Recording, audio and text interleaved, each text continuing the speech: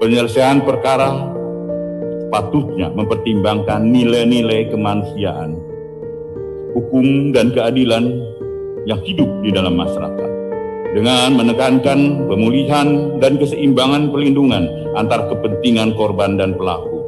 Untuk mempertegas mekanisme penyelesaian tersebut, Kejaksaan telah mengeluarkan kebijakan dengan menerbitkan Peraturan Kejaksaan Nomor 15 Tahun 2020 tentang penghentian penuntutan berdasarkan keadilan restoratif. Berdasarkan hasil profiling yang dilakukan oleh tim jaksa fasilitator, diperoleh informasi bahwa sebelumnya Wawan diketahui belum pernah dihukum ataupun terlibat perkara pidana. Tersangka tinggal bersama kedua orang tua dan adiknya. Tersangka merupakan anak pertama dari 3 bersaudara dan juga merupakan tulang punggung keluarga.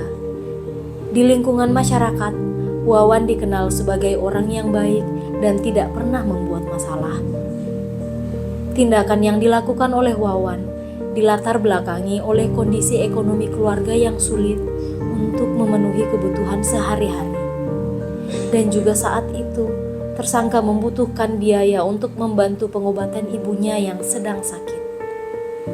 Ya, kami dari keluarga dan bahkan orang tua, kalau mengenai Wawan selama ini, Pak, hubungan kami dalam keluarga itu sebenarnya baik, tidak ada masalah. Dan harapan kami dari keluarga bahkan sebagai orang tua bahwa kasus ini dimohon tidak dilanjutkan ke proses persidangan karena sudah ada jalan perdamaian antara korban dengan kami keluarga melalui proses ganti rugi. Saya berharap ke depannya anak kami Wawan bisa berubah, dan karena kami membutuhkan bantuan dari anak kami Wawan untuk mencarikan nafkah di dalam keluarga kami. Apalagi saya saat ini sedang sakit, saraf terjepit dan membutuhkan biaya untuk pengobatan.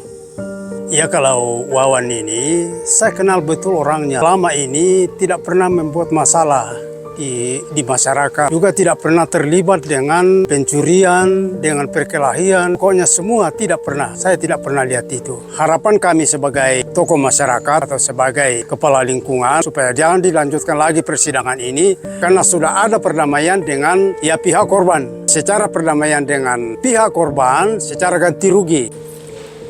Pada hari Kamis, tanggal 2 Oktober 2025, telah dilaksanakan proses restoratif justice terhadap perkara tindak pidana penipuan atau penggelapan dengan tersangka Wawan Hermawan alias Wawan.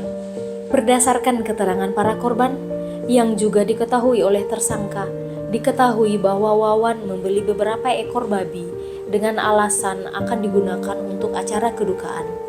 Namun, babi-babi tersebut kemudian dijual kembali oleh Wawan tanpa melakukan pembayaran kepada para korban.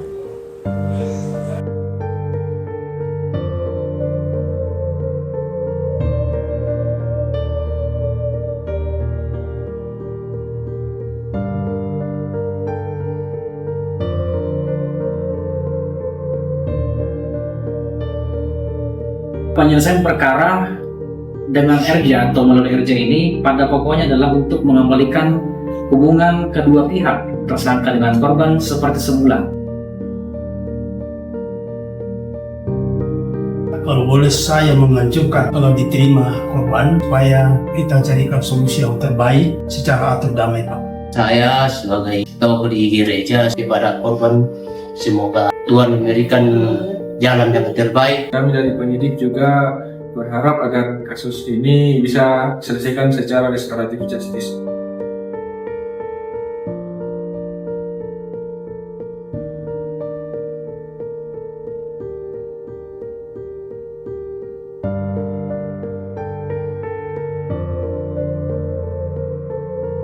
Saya sangat menyesal atas perbuatan saya. Saya janji tidak akan mengulangi kembali. Yang kedua, saya minta maaf pada korban, Bapak. Pertama-tama saya mengucapkan terima kasih yang sebesar-besarnya kepada keluarga korban yang sudah membuka hati untuk memberikan jalan yang terbaik. Pelaku sudah menyampaikan minta maaf dan kemudian sudah diganti. Kami juga menerima kami maafkan. Terima kasih Pak Pak ini telah berikan saya kesempatan untuk menerima keluarga dan mas keluarga untuk minta maaf sama saya. Jadi saya bukakan untuk maaf. Saya sini saja Pak. Antara tersangka dengan korban juga masih ada uang ternyata ya. Masih keluarga dan sudah saling memaafkan, hubungannya sudah kembali dipulihkan. Biarlah yang terjadi itu menjadi pelajaran untuk kawan, jangan terulang lagi.